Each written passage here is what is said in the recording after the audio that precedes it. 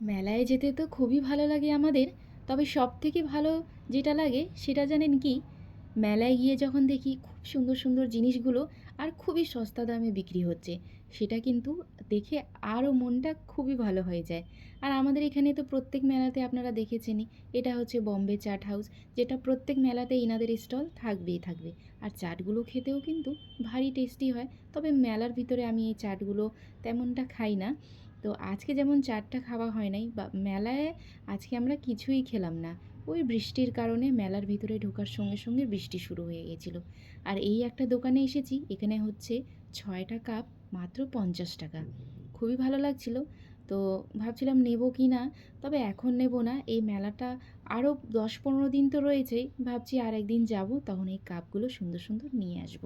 এখানে আবার 5টে কাপ রয়েছে, কিছু কিছুটাতে হচ্ছে 6টা করে রয়েছে। তো এই দিকের যে কাপগুলো সেটা হচ্ছে 50 টাকা করে। আর আমার হচ্ছে এই সাদা কালোর মধ্যে এই কাপটা ভীষণ ভালো লেগেছে। এটাতে হচ্ছে কফি খেলেও খুবই ভালো লাগবে।